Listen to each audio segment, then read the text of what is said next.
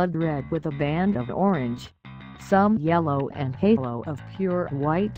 The cloudless skies over southern Spain begin to glow with the day's first light.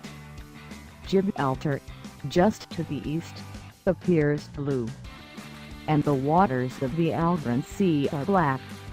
Our 2018 Porsche 718 Boxster GTS, Miami blue over black, is still damp from sleeping outdoors. There's an issue, but it isn't light. More sound.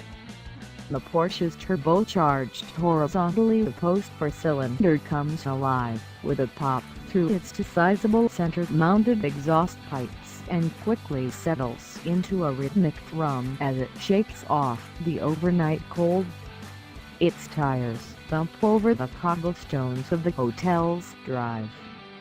It's warmth we need. And coffee.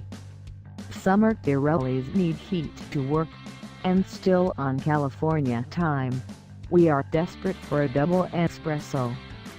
Until they come, this 2018 Porsche Boxster GTS and Spain's cold, and in some cases ancient, asphalt are a dicey combination. Just a few corners into the narrow and twisting lane winding through the coastal hills, and it becomes obvious that grip-on is a real problem.